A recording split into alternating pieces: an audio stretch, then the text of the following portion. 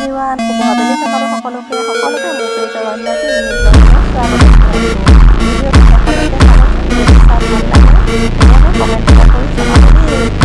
সদায়নো একেটা টপিকতে কিমান ভিডিঅ' দি থাকিম, ভাত খোৱা মাংস আজিতো টপিক এখন মই চেঞ্জ কৰি দিলোঁ। এয়া দেখিছেনে, আপোনালোকে দেখিছে যে বজাৰখন দেলহি যোৱা বজাৰ। আপোনালোকে নিশ্চয় ভাবিছে চাগে মোৰ ওপৰত তেল এইটো হৈছে ফিটিং প্লাগ। বাকীখিনি খোলাই নাই, তাৰে এটা মই খুলি পেলাই আপোনালোকক দেখাইছোঁ। মানুহজনে যিহেতু ইলেক্ট্ৰিচিয়ানৰ কাম কৰে, তাকে ৰাতি বজাৰৰ পৰা মালখিনি লৈ আনিছে, ৰাতিপুৱা কামলৈ যাবলৈ ৰেডি হৈছে। আইচলেটৰ বক্স চিনি পোৱা সকলেতো পায়েই, চিনি নোপোৱা হ'লে চিনাকি হৈ যাব পাৰে।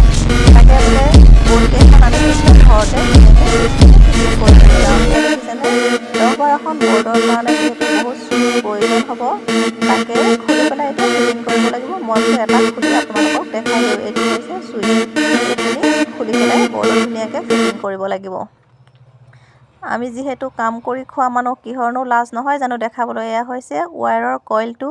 এতিয়া যিহেতু এইটো দৰকাৰ নাই, কালিলৈহে তাক কানেকশ্যন দিয়া হ'ব, তাকে ৰাখি দিলোঁ ছাইডত। আৰু এইখিনি হৈছে বৰ্ডখিনি, আৰু এইখন হৈছে ধুনীয়াকৈ মাল অনা বিলখন, তাকে আপোনালোককো দেখাই দিলোঁ। এতিয়া আমি বৰ্ডকেইখন ধুনীয়াকৈ 3-পিন প্লাগ আৰু চুইচবোৰ ফিটিং কৰাত লাগি গ'লোঁ। মানুহজনে ক'লে বোলে এইখিনি ইয়াতে ৰেডি কৰি লৈ যাওঁ ঘৰতে, কালিলৈ বহুতখিনি সময় বাচি যাব কামৰ জেগাত। মই বোলো ঠিকে আছে, ইমানটো টান কাম নহয়, দিয়া ময়ো অলপ সহায় কৰি দিছোঁ।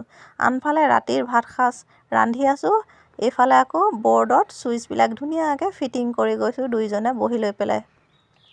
মানুহজনক কৈছোঁ তুমি টাইট কৰি যোৱা, মই ধুনীয়াকৈ চুইচবিলাক ইয়াত লগাই গৈছোঁ। হাতেৰে অকণমান নটকেইটা টাইট কৰি দিছোঁ। হাতেৰে টাইট কৰিলে যিহেতু নহ'ব, মানুহজনক মই ধুনীয়াকৈ টেষ্টাৰটো লৈ পেলাই টাইট কৰিবলৈ কৈ দিছোঁ।